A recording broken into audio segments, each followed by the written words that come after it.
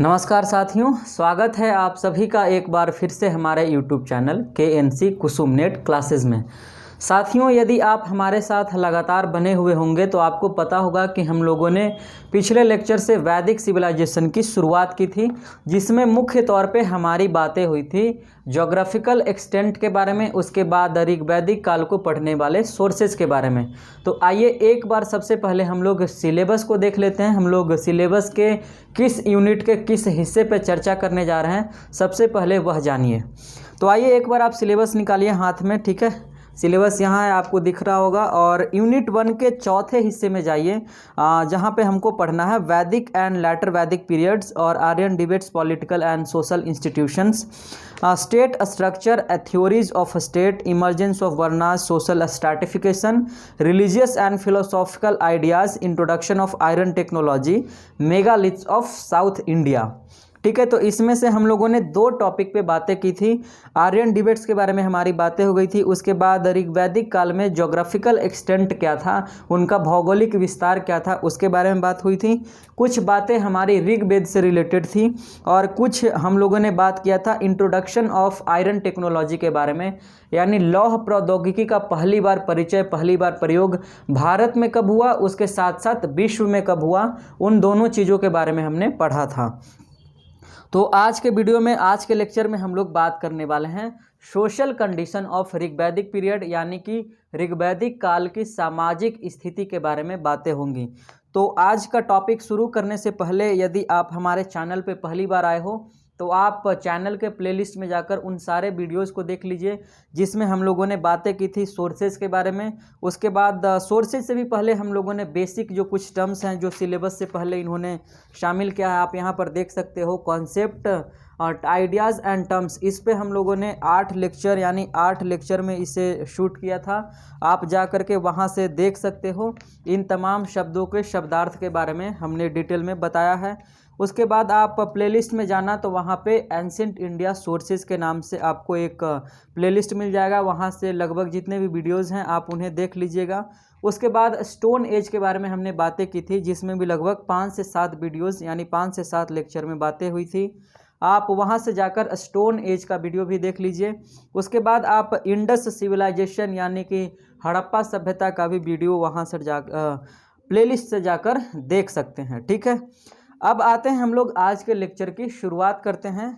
तो आप हमेशा की तरह हमारे साथ चीज़ों को लिखते चलेंगे और लिखने से ज़्यादा आप समझने की कोशिश करेंगे और कोशिश कीजिएगा कि आपका एक बढ़िया सा नोट्स तैयार हो जाए। और नोट्स हमेशा सब्जेक्टिव फॉर्मेट में हो, ऑब्जेक्टिव फॉर्मेट में कभी भी नहीं, क्योंकि एग्ज़ाम से पहले आपको रिवीजन करने में फिर बहुत ज़्यादा परेशानी होगी। तो आइए आज के लेक्चर की शुरुआत करते हैं।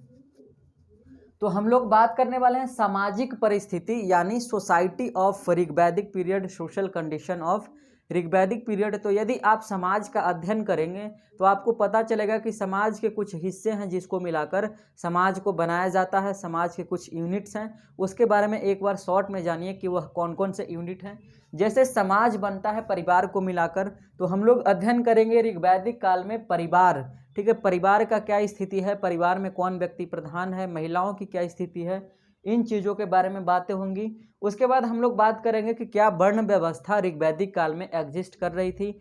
उसके बाद तीसरे पॉइंट पे हमारी चर्चा होगी और तीसरा पॉइंट है विवाह की क्या स्थिति थी। ठीक है, उस समय मैरिज सिस्टम चल रहा था, तो मैरिज सिस्टम कैसा था, मैरिज सिस्टम में महिलाओं को कितना अधिकार था, पुरुषों को कितना अधिकार था, इन तमाम चीज़ों के बारे में बातें होंगी। उसके बाद चौथे पॉइंट पे हम लोग बात करेंगे, यह तो शैक्षणिक व्यवस्था, तो यह इसी में हो जाएगा। ठीक है, विवाह एवं महिला की स्थिति में ही। उसके बाद भोजन तथा कपड़ा पे बात करेंगे कि उस दौर के लोग यानी ऋग्वैदिक पीरियड के लोग भोजन के लिए किन किन चीज़ों का प्रयोग कर रहे हैं, क्या वो शाकाहारी थे, क्या वो मांसाहारी थे। और कपड़ा के रूप में हम लोग देखेंगे कि वो लोग वस्त्र धारण किन किन चीज़ों का कपड़ा पहन रहे हैं और कौन कौन से कपड़ा वो लोग पहन रहे हैं और उन कपड़ों को क्या कहा जाता था। ठीक है, उसके बाद हम लोग 5वें पॉइंट पे बात करेंगे उनके इंटरटेनमेंट के बारे में कि वो लोग अपने शौकीन ही करते थे, आमोद प्रमोद के शौकीन थे, मनोरंजन के लिए वह कौन कौन सी चीज़ें करते थे बेसिकली, उसके बारे में बातें होंगी यहाँ पर। उसके बाद कुछ शब्द का जिक्र मिला है जिससे आपसे सवाल पूछा जाता है कि आप बताइए कि ऋग्वेद में गंगा शब्द का कितनी बार उल्लेख हुआ है, तो कुछ महत्वपूर्ण शब्द हैं जिसको मैं आपके लिए लेकर आया हूं, आप इसको भी अपने नोट्स में शामिल कर लीजिएगा। तो मुख्य तौर पे आज हम लोग 6 सब टॉपिक पे बात करने वाले हैं। कौन कौन? परिवार पे, वर्ण व्यवस्था पे, विवाह एवं महिला पे, और उसके बाद भोजन कपड़ा पे बात करेंगे, इंटरटेनमेंट पे और महत्वपूर्ण शब्दावली पे। तो आइए अब हम लोग एक एक करके बातें करते हैं। आप लिखने की कोशिश करेंगे, ठीक है। मैंने ऑब्जेक्टिव फॉर्मेट में यहाँ पे लिखा है, लेकिन जब भी मैं वहाँ पर बात करूँगा तो उसको एक्सप्लेन करने की कोशिश करूँगा। मैं उसको एक्सप्लेन करता हूँ तो आप हमारे शब्दों पर ध्यान दीजिएगा और उनको अपने नोट्स में शामिल कर लीजिएगा। तो आइए सबसे पहले बात करते हैं परिवार के बारे में। परिवार पितृसत्तात्मक था, ठीक है। परिवार का प्रकृति जो था, नेचर, ठीक है, वह क्या था? पितृसत्तात्मक था। अंग्रेजी में पैट्रियार्कल बोलते हैं, ठीक है, अंग्रेजी में पैट्रियार्कल बोलते हैं, और मातृसत्तात्मक को मैट्रियार्कल बोलते हैं। तो आप देखोगे इससे पहले आप जब हड़प्पा सभ्यता पढ़ रहे थे तो हड़प्पा सभ्यता का समाज मातृसत्तात्मक समाज था, ठीक है। एक सेकेंड, हड़प्पा सभ्यता का समाज मातृसत्तात्मक समाज था, ठीक है। लेकिन वैदिक सिविलाइजेशन का, यानी वैदिक सभ्यता जब आया तो इनका समाज पितृसत्तात्मक हो गया। और वैदिक सभ्यता में हम लोग बात कर रहे हैं ऋग्वैदिक काल के बारे में, जिसका पीरियड आपको पता होगा कि 1500 बीसी से लेकर 1000 बीसी तक, 1500 ईसा पूर्व से लेकर 1000 ईसा पूर्व तक ऋग्वेद चला। और इस काल के बारे में जानकारी प्राप्त करने के लिए सिर्फ एकमात्र सोर्स है लिटरेरी सोर्स, जिसको आप ऋग्वेद के नाम से जानते हैं। क्लियर है? तो अब देखिए परिवार यहाँ पर पूरी तरीके से पितृसत्तात्मक हो गया। तो एक चीज़ें आपके जहन में पहले ही चलनी चाहिए कि जैसे ही पितृसत्तात्मक समाज की कल्पना करेंगे हम लोग, इसका मतलब है कि परिवार में सबसे ज़्यादा महत्व किसका होगा? वह पिता का होगा या फिर वहाँ का बड़ा भाई का होगा, उस परिवार के बड़े भाई का होगा। पिता के मरने के बाद बड़ा भाई घर का मालिक बन जाता था। और यह पितृसत्तात्मक समाज आज भी हमारे भारत में और लगभग पूरी दुनिया में यह समाज चल रहा है। स्पेशली भारत की बात करें तो हमारा समाज अभी भी पैट्रियार्कल सोसाइटी के रूप में जाना जाता है। इसीलिए आप देखोगे कई तरह के फेमिनिस्ट ऑर्गेनाइजेशंस हैं जो इसके खिलाफ लड़ाई लड़ रहे हैं। तो बहुत बड़ा चेंजिंग आया। क्या आया? हड़प्पा सभ्यता में समाज मातृसत्तात्मक था। वैदिक सिविलाइजेशन की बात जैसे ही करते हैं तो समाज पूरी तरीके से पितृसत्तात्मक हो जाता है। और वैदिक सभ्यता से लेकर आज तक, ठीक है, अभी हम लोग बात करेंगे वैदिक सिविलाइजेशन टू राइट नाउ, तो अभी तक यह चीज़ें हमारे सोसाइटी में चल रही है। क्लियर है?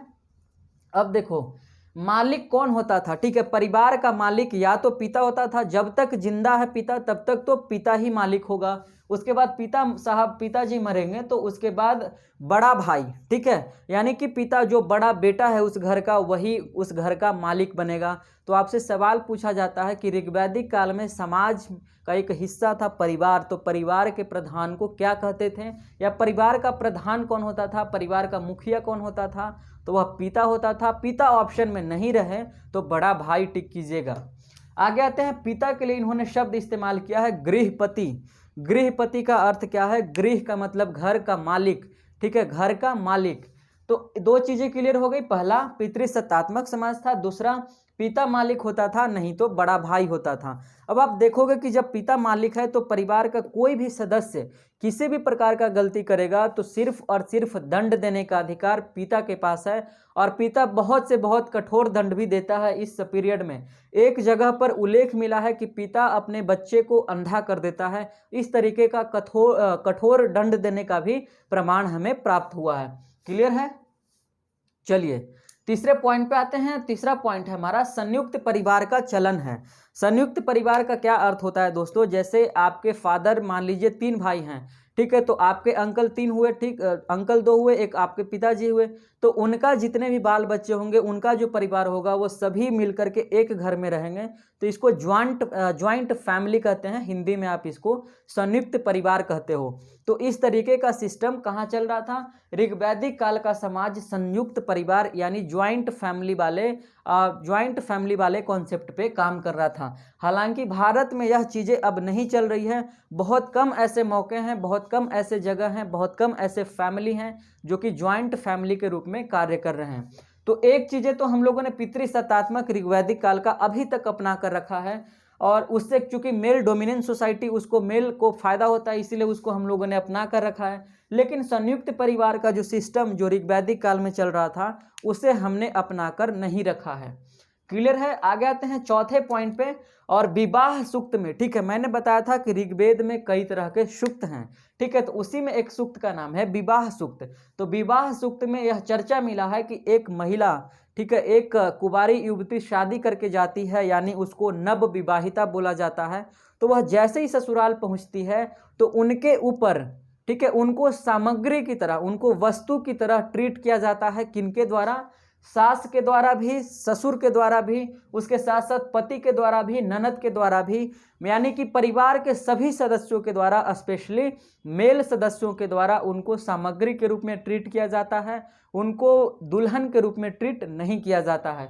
तो अब देखोगे ऐसा क्यों हो रहा है? क्योंकि हमारा समाज पितृसत्तात्मक है, और ये सारी चीज़ें आपको अभी भी मिलेगी। अभी भी आप अखबार में पढ़ते होंगे, डॉरी सिस्टम की वजह से, दहेज नहीं देने की वजह से नव विवाहिता को जला दिया गया, उसके पति मारे, 4 साल परेशान होकर फिर उसने FIR किया। ये तमाम तरह की घटनाएं आपको अभी भी मिलेगी। तो ये सारी चीज़ें हमारे सोसाइटी में इसी समय से चलती आ रही है, और जो गलत चीज़ें थी हमने उसका बॉयकॉट नहीं किया, उसका बहिष्कार नहीं किया, बल्कि उसको ट्रेडिशन के रूप में स्वीकार करते चले आए, और अभी तक हालात वही बनी हुई है समाज की। आगे आते हैं 5वें पॉइंट पे, राज्य का पारिवारिक जीवन में हस्तक्षेप नहीं था। ठीक है, इस समय राजनीतिक व्यवस्था भी चल रही थी और राज्य का भी कॉन्सेप्ट था, लेकिन राज्य पारिवारिक जीवन में, ठीक है, जो जीवन हो, किसी भी व्यक्ति का व्यक्तिगत जीवन होता था, उसके जीवन में वो लोग हस्तक्षेप नहीं करते थे। यानी स्टेट के पास किसी भी तरीके का कोई अथॉरिटी नहीं था कि वो किसी के फैमिली में, ठीक है, यानी किसी के पारिवारिक मामलों में हस्तक्षेप कर सके, इंटरवीन कर सके, इंटरप्ट कर सके। क्लियर है। चलिए आगे आते हैं। ऋजाश्व में उल्लेख है, पिता पुत्र को अंधा बना दिया था, जो मैंने आपको बताया। ध्यान रखिएगा, ऋजाश्व ऋग्वेद से ही रिलेटेड है। आगे आते हैं। अब यह परिवार के बारे में 5-6 पॉइंट है। यदि आपको परिवार के बारे में लिखना हो, कब डिस्क्रिप्टिव वे में लिखना हो, तो आप एक एक पॉइंट को बारी बारी से एक्सप्लेन कर देना। ठीक है, कि परिवार जो था वो उसका प्रकृति पितृसत्तात्मक था, जिसमें पिता या उसका बड़ा बेटा, यानी परिवार का बड़ा बेटा समाज का, परिवार का प्रधान होता था। उसमें मुख्य तौर पे दंड देने का अधिकार, कानून बनाने का अधिकार पिता के पास था। उसके अलावा परिवार संयुक्त रूप से चलता था, यानी संयुक्त परिवार का प्रचलन था। उसके बाद नव विवाहिता को उस परिवार में, उस समाज में एक सामग्री के रूप में, एक ऑब्जेक्ट्स के रूप में ट्रीट किया जाता था। क्लियर है। तो ये तमाम चीज़ें परिवार के बारे में बातें थी। अब हम लोग बात करते हैं वर्ण व्यवस्था के बारे में। क्लियर है। चलिए, वर्ण व्यवस्था के बारे में हमारी बातें होगी। यदि आप अंग्रेजी में पढ़ रहे हो तो इसको वर्ना सिस्टम लिख लेना। ठीक है। अब देखो, पहला पॉइंट है वर्ग विभेद से अलग समाज का चलन। ठीक है, इस समय वर्ग विभेद से अलग समाज है। ठीक है, इस समय वर्ग को लेकर किसी भी तरीके का विभेद नहीं है लोगों के बीच। दूसरे पॉइंट पे आते हैं। वर्ण शब्द का अर्थ कभी रंग तो कभी व्यवसाय के रूप में इस्तेमाल किया गया है। ऋग्वेद में जितनी भी बार वर्ण शब्द का इस्तेमाल किया गया है, उसका एक अर्थ तो यह है, रंग को लेकर के भी वर्ण शब्द का इस्तेमाल किया गया है। दूसरा अर्थ यह है कि वह किसी भी तरीके का अपना व्यवसाय करता था, तो उसके व्यवसाय के लिए भी वर्ण शब्द का प्रयोग किया गया है। क्लियर है। तो ध्यान रखिएगा, वर्ण शब्द का 2 तरीके से इस्तेमाल किया गया है। एक तो रंग को बताने के लिए, और दूसरा व्यवसाय को डिनोट करने के लिए, उसको सूचित करने के लिए, उसको सांकेतिक रूप में बताने के लिए। आगे आते हैं तीसरे पॉइंट पे। आर्यों को गौर वर्ण कहा गया। देखिए, गौर का अर्थ यहाँ पर गोरा है, फेयर। ठीक है, और कृष्ण का अर्थ यहाँ पर काला है, ब्लैक। ठीक, तो जब आर्य बाहर से चल करके आते हैं तो आर्यों और अनार्यों के बीच में संघर्ष होता है, लड़ाई होता है, जिसमें आर्य जीत जाते हैं। और आर्य जीत जाते हैं तो आर्य खुद को गौर वर्ण कहते हैं, यह गोरे होते हैं। उसके बाद दास जो हैं, ठीक है, यहाँ के जो लोग अनार्य होते हैं उनको दास बना लिया जाता है, उनको गुलाम बना लिया जाता है, और उन गुलामों के लिए शब्द प्रयोग किया जाता है कृष्ण वर्ण, जिसका अर्थ है काला। क्लियर है। अगले पॉइंट पे आते हैं। अगला पॉइंट है आरंभिक दौर में 3 वर्ण।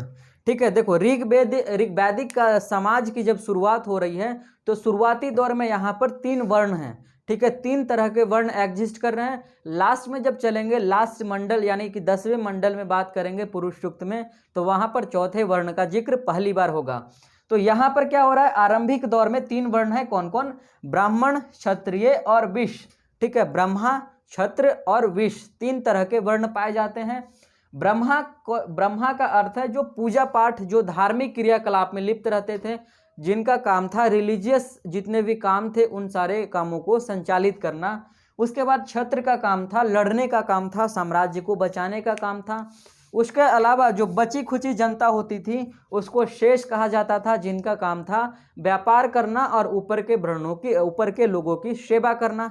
ठीक है, तो यह 3 तरह के वर्ण आरंभिक दौर में यानी ऋग्वैदिक काल की जब शुरुआत हो रही है, initial phase of Rigvedic period, ठीक है, तो उस समय 3 तरह के वर्ण एग्जिस्ट कर रहे हैं। उसके बाद एक ही परिवार में तीनों वर्ण का उल्लेख मिला है। ठीक है, ध्यान रखिएगा, यहाँ पर वर्ण जो है आनुवांशिक नहीं है, जन्म पर आधारित नहीं है कि आप एक बार किसी वर्ण में पैदा ले लिए तो फिर आपके बेटा जो होगा आप ही के वर्ण में पैदा लेगा, इस तरीके का समाज नहीं है।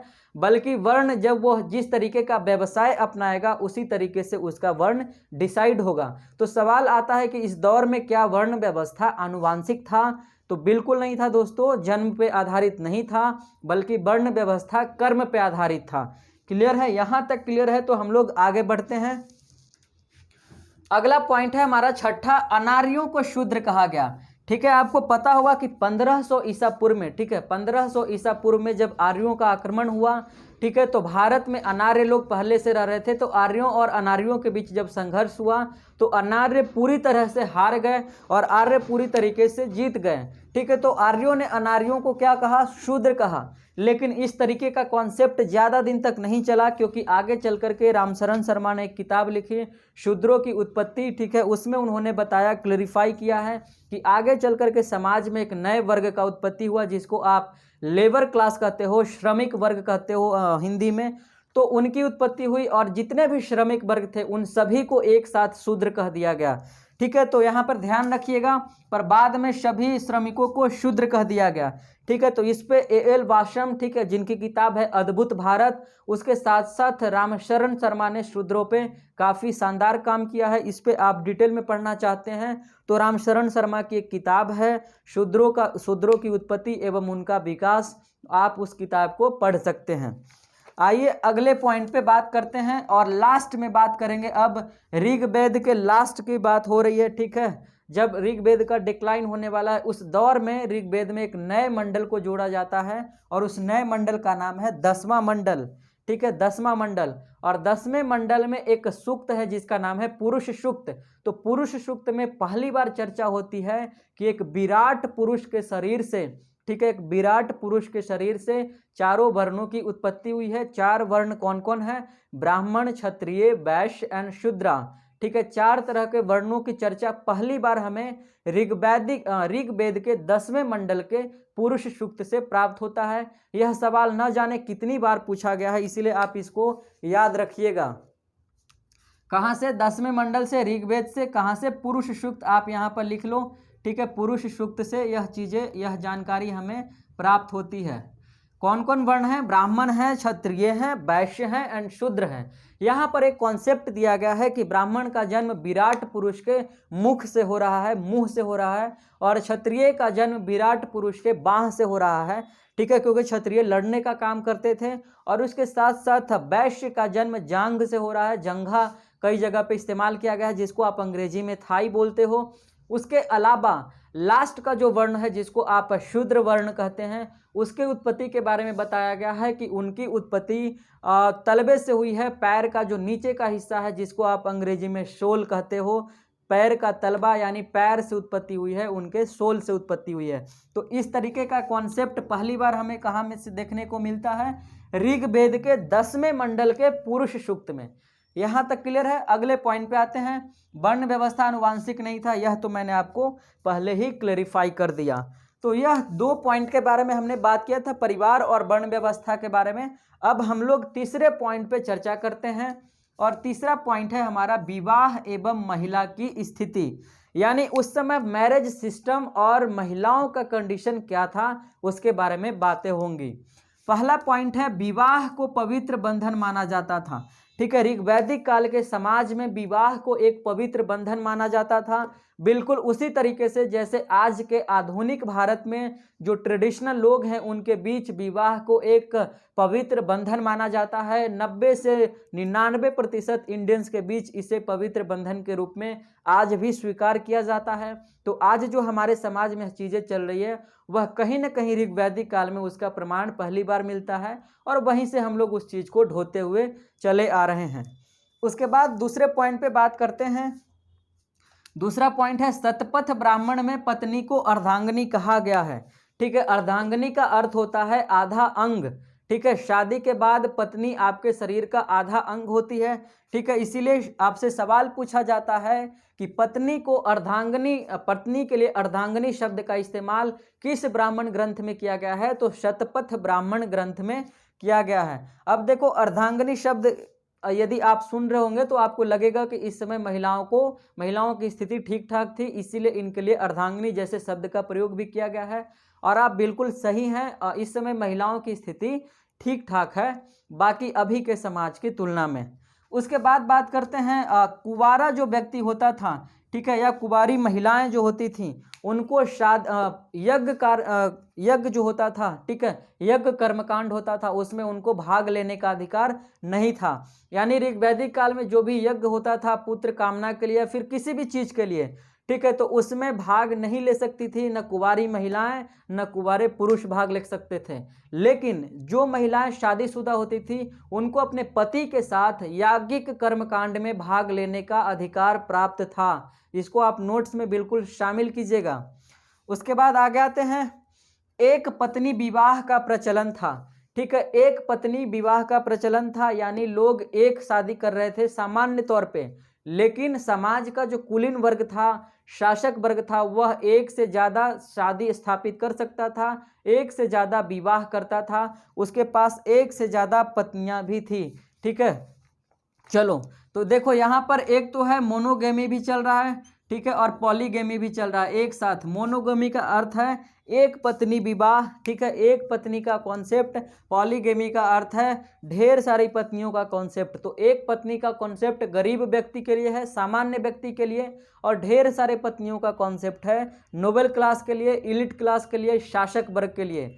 चलिए अगले पॉइंट की ओर बढ़ते हैं, और अगला पॉइंट है हमारा जावेदस्तम। ठीक है, एक ऋग्वेद में एक शब्द का इस्तेमाल किया गया है जिसका नाम है जावेदस्तम। लिख लीजिएगा, जावेदस्तम शब्द का शाब्दिक अर्थ है पत्नी ही गृह है। यह शब्द इसलिए इस्तेमाल किया जा रहा है, इससे बताया जा रहा है कि महिलाओं की स्थिति समाज में कितनी सम्मानजनक है। ठीक है, उसीलिए इन तमाम शब्दों का प्रयोग किया जा रहा है। तो पूछा जाएगा कि किस वेद में जावेदस्तम शब्द का इस्तेमाल किया गया है, तो ऋग्वेद में। और जावेदस्तम शब्द का शाब्दिक अर्थ क्या है, पत्नी ही गृह है। ठीक है, उसके बाद अगले पॉइंट पे आते हैं। अगला पॉइंट है, इस समाज में बाल विवाह नहीं एग्जिस्ट कर रहा है, चाइल्ड मैरिज यहाँ पर बिल्कुल नहीं है। उसके साथ साथ विधवा विवाह यानी विडो मैरिज का भी कॉन्सेप्ट यहाँ पर एग्जिस्ट नहीं कर रहा था। ठीक है, यानी बाल विवाह और विधवा विवाह इस समाज में प्रचलित नहीं था। उसके बाद पुनर्विवाह और नियोग प्रथा की सिस्टम बहुत ही प्रचलित थी। पुनर्विवाह इसलिए करवाया जाता था, किसी पत्नी का पति मर जाता था, ठीक है, और उसे पुत्र कामना होती थी, तो पुत्र उत्पत्ति के लिए उसे पुनः विवाह करने का अधिकार था, उसे उस मामले में स्वतंत्रता दी गई थी। उसके अलावा एक नियोग प्रथा था। नियोग प्रथा के बारे में लिख लीजिएगा कि वैसी महिलाएं जिसके पति मर जाते थे या फिर पति नपुंसक होते थे, वह बच्चे पैदा नहीं कर सकते थे, तो वह अपने पुत्र कामना के लिए अपने देवर के साथ या किसी अन्य व्यक्ति के साथ वह सेक्सुअल रिलेशन इस्टेब्लिश कर सकती थी। ठीक है, सेक्सुअल रिलेशन इस्टेब्लिश कर सकती थी अपने पुत्र कामना की प्राप्ति के लिए। उस सिस्टम को ही नियोग सिस्टम कहा गया है। तो उसमें मुख्य तौर पे क्या होता था कि पति के नपुंसक हो जाने पर या पति के मर जाने के बाद महिलाएं अपने देवर के साथ सहवास संबंध स्थापित करती थी, सेक्सुअल रिलेशन इस्टेब्लिश करती थी ताकि उन्हें पुत्र प्राप्ति हो सके। उसी सिस्टम को नियोग प्रथा कहा गया है। तो विधवा विवाह आपको समझ में आ गया होगा और नियोग प्रथा भी समझ में आ गया होगा। आगे आते हैं, पुत्र कामना मुख्य उद्देश्य था। देखो, इस दौर में जो विवाह हो रहा है, विवाह का मुख्य उद्देश्य है पुत्र कामना। ठीक है, समाज में महिलाओं की स्थिति ठीक है, लेकिन आप देखोगे आज के सोसाइटी में भी लोगों के अंदर पुत्र कामना की भावनाएं कितनी प्रज्वलित हैं। यह सारी चीजें ऋग्वेद काल से ही चलती आ रही है। ठीक है, तो यहाँ पर भी पुत्र कामना के लिए ज्यादा से ज्यादा यज्ञ करवाए जा रहे हैं और ज्यादा से ज्यादा हथकंडे अपनाए जा रहे हैं, ध्यान रखिएगा। और उसके बाद चूंकि समाज पितृसत्तात्मक है ना, इसीलिए पुत्र कामना तो करना स्वाभाविक सी बात है। उसके बाद बात करते हैं हम लोग, पर्दा प्रथा नहीं था। ठीक है, पर्दा प्रथा नहीं था, जैसे आज मुसलमानों में बुर्के की सिस्टम चलता है, बुर्का प्रथा है, वह एक पर्दा प्रथा का ही उदाहरण है, लेकिन यह सिस्टम ऋग वैदिक काल में एग्जिस्ट नहीं कर रहा था। उसके बाद सती प्रथा का भी हमें कोई भी साक्ष्य, कोई भी प्रमाण, कोई भी संकेत ऋग वैदिक काल के समाज से बिल्कुल नहीं मिलता है। यहाँ तक क्लियर है, कॉन्सेप्ट बिल्कुल क्लियर रखिएगा, किसी भी चीज को रट्टा मत मारिएगा। आप नोट्स बनाकर लिखिए, वीडियो को एक बार दो बार देखिएगा, सारी चीजें आपके दिमाग में कॉन्सेप्ट के रूप में हमेशा हमेशा के लिए छप जाएंगी। ठीक है, उसके बाद अगले पॉइंट पे बात करते हैं, शैक्षणिक हालात क्या थे महिलाओं के। तो देखिए, इस दौर में महिलाओं को शिक्षा प्राप्त करने का अधिकार था, लेकिन बहुत कम महिलाएं हैं जिनके बारे में हमें जिक्र मिलता है कि वो उन्होंने शिक्षा प्राप्त किया था। समाज की सभी महिलाओं को शिक्षा प्राप्त करने का अधिकार नहीं था, जैसे कि आज के भारत में है। आप देखोगे कि शिक्षा के क्षेत्र में अपाला, घोषा, विदुषा, लोपा मुद्रा और विश्वारा, ठीक है, यह 4-5 स्त्रियां हैं, नाम याद रखिएगा, सवाल पूछे जाते हैं इससे, यह इंपॉर्टेंट है। ठीक है, ध्यान रखिएगा। तो आप नाम बिल्कुल याद रखो, देखोगे कि बहुत चंद महिलाएं हैं जिनके नाम का जिक्र मिलता है ऋग वैदिक काल के समाज में। तो ये सारी महिलाएं पढ़ी लिखी थी उस समय की। उसके बाद देखो, 2 इंपॉर्टेंट पॉइंट है जिसको एकदम नोट करो, यह वीवीआई है, वेरी वेरी इंपॉर्टेंट। देखो, यहाँ पर समाज में महिलाओं को बहुत तरह के अधिकार दिए गए, लेकिन समाज जो मूलतः था वह पितृसत्तात्मक था। तो समाज ने इतना कनिंगनेस दिखाया है, इतनी धूर्तता दिखाई है कि इन्होंने महिलाओं को राजनीति में भाग लेने का, ठीक है, ऋग्वैदिक काल में पॉलिटिकल इंस्टीट्यूशन भी, आगे हम लोग राजनीतिक स्थिति पढ़ेंगे तो वहां पे बातें होंगी हमारी कि राजनीति के लिए कौन कौन से यूनिट हैं। लेकिन यहाँ पर आप यह समझिए कि महिलाओं को राजनीतिक संस्था में या फिर पॉलिटिक्स में भाग लेने का अधिकार पुरुषों के द्वारा बिल्कुल नहीं दिया गया था। कोई भी महिला राजनीति में भाग नहीं ले सकती थी। उसके बाद यह बहुत बड़ा पॉइंट है। उसके बाद दूसरा, किसी भी महिला को संपत्ति रखने का अधिकार नहीं था, और यह सिस्टम लगभग गुप्त काल तक चलता जाएगा। उसके बाद उस समय में एक बृहदारण्यक स्मृति आएगा, उसमें पहली बार बातें की जाएगी कि महिलाओं को संपत्ति रखने के लिए दिया जाए। तो ध्यान रखिए, यहाँ पर राजनीति में भाग लेने का किसी भी तरीके का कोई भी अधिकार महिलाओं के पास प्राप्त नहीं है। उसके साथ साथ संपत्ति रखने का अधिकार उनके पास बिल्कुल भी नहीं है। तो यह 3 पॉइंट मेरे ख्याल से आपको क्लियर हो गए होंगे। आइए चौथे पॉइंट पे बातें करते हैं हम लोग। चौथा पॉइंट है हमारा भोजन तथा कपड़ा। वो लोग खाने के लिए किन किन चीज़ों का प्रयोग करते थे, उसके साथ साथ वो लोग पहनने के लिए किन किन वस्त्र का प्रयोग करते थे। पहला पॉइंट है, मांसाहारी और शाकाहारी दोनों थे। ठीक है, आर्यन लोग जो थे, वैदिक सिविलाइजेशन के लोग थे, ऋग्वैदिक काल के जो लोग थे वह मांसाहारी भी थे और शाकाहारी भी थे। शाकाहारी जो लोग थे वह दूध, दही और घी का विशेष प्रयोग करते थे, और ऋग्वेद में इसका सबसे ज़्यादा जिक्र मिला है, इसकी सबसे ज़्यादा चर्चा की गई है, दूध की, दही की और घी का। ठीक है, इनका विशेष महत्व था शाकाहारी लोगों के बीच में। उसके बाद आते हैं, खीर का भी उल्लेख किया गया है। खीर का भी उल्लेख किया गया है, जिसको दूध, पानी और चीनी मिलाकर और चावल मिलाकर आप बनाते हो, तो खीर का भी यहाँ पर उल्लेख मिला है। अब देखिए, खीर के साथ साथ मालपुआ, जिसको आप होली के त्योहार में आप घर में बनाते हो, मालपुआ का भी प्रमाण मिला है। एक करम्भ नामक वस्तु है जो कि खाने का ही वस्तु है, खाद्य पदार्थ है, इसको भी बनाया जाता था। उसके अलावा मिठास के लिए, जैसे हम लोग चीनी का, मीठा का प्रयोग करते हैं, उसी तरीके से ये लोग मधु का प्रयोग करते थे, चीज़ों को, वस्तुओं को, पदार्थों को मीठा बनाने के लिए। क्लियर है। आगे आते हैं, ऋग्वेद में नमक का उल्लेख। ठीक है, नमक का उल्लेख कहीं पर भी नहीं मिला है। यह सवाल पूछा गया है, लिख लीजिएगा कि ऋग्वेद में नमक का जिक्र, नमक का उल्लेख कहीं पर भी नहीं किया गया है, एक भी बार नहीं किया गया है। उसके बाद भेड़, बकरी, ठीक है, मांसाहारी लोगों की बातें होंगी। अब भेड़, बकरी, पशुओं का मांस खाया जाता था। ठीक है, मूल तौर पे, सामान्य तौर पे भेड़ को मारकर, ठीक है, उसका मांस खाया जाता था। उसके अलावा बकरी का मांस खाया जाता था और कई तरह के अन्य जानवर थे जिनका मांस खाया जाता था।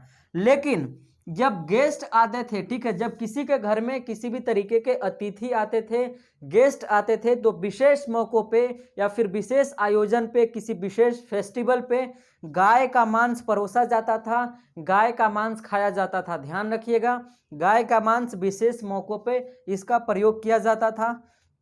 उसके बाद बोलते हैं हम लोग इसको, इसके लिए शब्द इस्तेमाल किया गोदना, ठीक है, गोदना यानी कि गाय का मांस, ठीक है। उसके बाद अगला है ये लोग पीने के लिए, ठीक है, नशा करने के लिए, एंजॉय करने के लिए लोग सोम एवं सूरा, ठीक है, सोम एवं सूरा रस का ये लोग सेवन करते थे, ठीक है। सोम रस के बारे में बात किया था कि सोम का पौधा हिमालय पर्वत से मुजबंत चोटी, ठीक है, हिमालय पर्वत के मुजबंत चोटी से हमें प्राप्त होता था और वह सोम के लिए ही ज़्यादा फेमस था। उसके बाद कपड़ों की बातें हो जाए एक बार, कपड़ों के लिए लोग नीबी, ठीक है, एक नीबी नाम का कपड़ा पहनते थे, एक नीबी नाम का वस्त्र पहनते थे जो कि कमर के नीचे का हिस्सा होता था, यानी कि कमर के नीचे जो लोग पहनते थे उसे नीबी कहा जाता था, चाहे महिलाएं हो चाहे पुरुष हो। उसके साथ साथ वासस एक कपड़ा होता था, वासस कपड़ा कहाँ होता था, कमर के ऊपर वाले हिस्से पे पहना जाता था। जैसे हमने अभी शर्ट पहन कर रखा है, इसे ऋग्वैदिक काल में बासस कहा जाता था और नीचे जो आप जीन्स पहनते हो उसको नीबी कहा जाता था। उसके बाद एक अधिबाशस नाम का कपड़ा होता था जिसके लिए अधिबाश शब्द भी इस्तेमाल कई किताबों में किया गया है। तो अधिबाश शब्द कपड़ा किसे कहते थे, जब आप लोग पूरे कपड़ा पहन लेने के बाद ऊपर से किसी तरीके का चादर, किसी तरीके का हैट, ये सारे तमाम चीज़ें डालते थे, जैसे महिलाएं ओढ़नी और दुपट्टा डालती हैं आज के दौर में, तो वह तमाम चीज़ों को अधिबास के अंतर्गत रखा गया था। तो यह 3 तरीके के मुख्य कपड़ा थे, मुख्य वस्त्र थे। इनको बनाने के लिए लोग ऊनी कपड़े भी और सूती कपड़े दोनों तरह के कपड़ों का प्रयोग करते थे। ऊनी कपड़ों के लोग भेड़ का ऊन का प्रयोग करते थे, जो कि भेड़, जो गांधार के क्षेत्र में जो भेड़ थी उनके ऊन बहुत गर्म होते थे।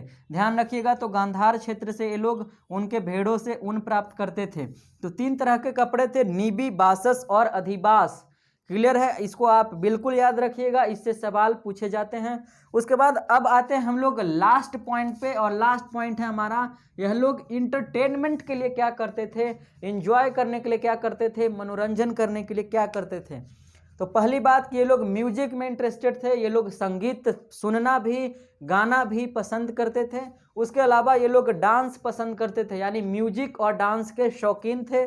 और उसके बाद रथ दौड़, पाशा, ठीक है, पासा फेंकना एक खेल था, तो पाशा खेल ये लोग खेलते थे एंजॉय करने के लिए। उसके साथ साथ घोड़दौड़, ठीक है, घोड़दौड़ यानी घोड़े को दौड़ाने की प्रथा थी, तो घोड़े को दौड़ाकर ये लोग एंजॉय करते थे। उसके अलावा ऋग्वेद से ही एक प्रमाण मिला है कि वहाँ पर एक जुआरी का प्रमाण मिला है, वहाँ पे लोग जुआ भी खेलते थे। उसके अलावा ऋग्वेद काल के लोग नाटक करने के शौकीन थे, स्पेशली वो लोग धार्मिक नाटक करते थे, रिलीजियस ड्रामा करते थे। अब दोस्तों यह 5 बातें हो गई हमारी समाज से रिलेटेड। मेरे ख्याल से तमाम चीज़ें आपको समझ में आई होंगी। यदि आप इन 5 बिंदुओं को बारीकी से पढ़ लेते हैं, बारीकी से लिख लेते हैं, नोट्स तैयार कर लेते हैं, उसके बाद एक बार आप फिर से पढ़ते हैं, एक बार फिर से आप वीडियोज़ देख लेते हैं, तो ऋग्वैदिक काल के सामाजिक स्थिति से कहीं से भी कोई सवाल आ जाए, निश्चित तौर पे आप 90% सवाल को सोल्व कर देंगे। किसी भी तरीके का कोई भी सवाल आपसे छूटने वाला नहीं है, इसलिए आप मेहनत करके पढ़िए। मैं यह जितने भी मटेरियल आपके लिए लाता हूं उसमें मुख्य तौर पे 4-5 किताबों को पढ़कर इकट्ठा करके यहाँ पर लाता हूं, जिसमें प्रशांत गौरव मैंने बताया था, झैन श्रीमाली, DN झा, रामशरण शर्मा, RC मजूमदार और KC श्रीवास्तव, लगभग 5-6 किताबें हैं और एक रोमिला थापर की किताब है, यानी कि 7 किताबों को मिलाकर मैं यहाँ पर मटेरियल लाता हूँ, पहले उसे लिखता हूँ और उसको एक्सप्लेन करता हूँ। इसलिए यदि आप वीडियोस को देख लेते हो तो मेरे ख्याल से कोई भी चीज़ें पढ़ने की ज़रूरत नहीं है, लेकिन 100% निर्भर नहीं रहिएगा। मैं बार बार बोलता हूं कि कोई एक किताब जरूर पढ़िए, जैसे झा एंड श्रीमाली पढ़िए या KC श्रीवास्तव, इन दोनों में से कोई एक किताब जरूर पढ़िए, ठीक है। और वीडियोस देखने के बाद किताब पढ़िएगा, लगभग 90% चीज़ें आपके दिमाग में पहले से होंगी, फिर किताब पढ़ना आपके लिए और आसान हो जाएगा। अब आगे आते हैं, हम लोग बताया था मैंने कि कुछ इंपॉर्टेंट शब्द हैं जिससे सवाल पूछे जाते हैं कि निम्न शब्द का जिक्र कितनी बार किया गया है। तो आप इसको एक बार नोट डाउन कर लेना। मैं बता देता हूँ, ऋग्वेद में गंगा का 2 बार उल्लेख मिला है, एक बार प्रत्यक्ष तौर पे, एक बार अप्रत्यक्ष तौर पे। यदि एग्जामिनेशन में इस तरीके से सवाल आए कि एक बार प्रत्यक्ष और एक बार अप्रत्यक्ष, तब तो ठीक है, यह आंसर होगा। लेकिन सिर्फ एक बार आए ऑप्शन में तो टिक कीजिएगा कि गंगा का उल्लेख एक बार किया गया है, प्रत्यक्ष वाले की ही चर्चा ज़्यादा की जाती है। उसके बाद यमुना का उल्लेख, ठीक है, यमुना का उल्लेख 3 बार किया गया है। और सरस्वती के बारे में हमने बताया था कि ऋग्वेद में उसे नदियों की माँ कहा गया है, यानी नदीत्मा शब्द का इस्तेमाल किया गया उसके लिए। उसके अलावा गाय के लिए गौ शब्द का प्रयोग किया गया है और गौ को 178 बार, ठीक है, 178 टाइम्स इसकी चर्चा की गई है। उसके बाद ओम शब्द का इस्तेमाल, ओम शब्द की चर्चा सबसे ज़्यादा बार की गई है, 1028 बार की गई है, ठीक है। उसके बाद ब्राह्मण शब्द का इस्तेमाल, ब्राह्मण शब्द की चर्चा 14 बार, क्षत्रिय शब्द की चर्चा 9 बार, उसके बाद वैश्य शब्द की चर्चा 1 बार, शूद्र शब्द की चर्चा 1 बार, कल्प शब्द की चर्चा 1 बार, उसके बाद जन शब्द का चर्चा 275 बार। इससे सवाल पूछे गए हैं, इसको याद रखिएगा। जन शब्द की चर्चा 275 बार की गई है। उसके बाद विश्व शब्द का इस्तेमाल 171 बार किया गया है। और हमने आपको बताया था कि विश्व ऋग्वैदिक समाज का एक हिस्सा था, जिसमें समाज मुख्य तौर पे शुरुआती दौर में 3 हिस्सों में विभाजित था, ब्रह्मा, क्षत्र और विश्व। तो विश्व शब्द का इस्तेमाल 171 यानी 171 टाइम्स किया गया है। उसके बाद समुद्र का प्रयोग 1 बार किया गया है, समुद्र शब्द का प्रयोग 1 बार, एकमात्र 1 ही बार प्रयोग किया गया है। तो आज का लेक्चर हम लोग यहीं पे ख़त्म करते हैं। मेरे ख्याल से सारी चीज़ें आपको समझ में आई होंगी। अगले लेक्चर में हम लोग बात करेंगे economical life of Rigvedic period के बारे में। ऋग्वैदिक काल के लोगों का आर्थिक जीवन क्या था और अपने अर्थव्यवस्था के लिए, अर्थव्यवस्था को मजबूत करने के लिए, संचालित करने के लिए वो लोग किन किन चीज़ों का प्रयोग करते थे, किन किन चीज़ों का इस्तेमाल करते थे। तो आज का लेक्चर ख़त्म करते हैं, फिर मिलेंगे हम लोग अगले लेक्चर में। लेक्चर खत्म करने से पहले आपसे निवेदन है कि आप अपने तमाम दोस्तों के साथ हमारे वीडियोज़ को शेयर कीजिए, चैनल को सब्सक्राइब करवाइए और हमें आगे बढ़ने में हमारी मदद कीजिए। तो thank you very much to join me. फिर मिलेंगे अगले वीडियो में। शुक्रिया, बाय बाय, जय हिंद।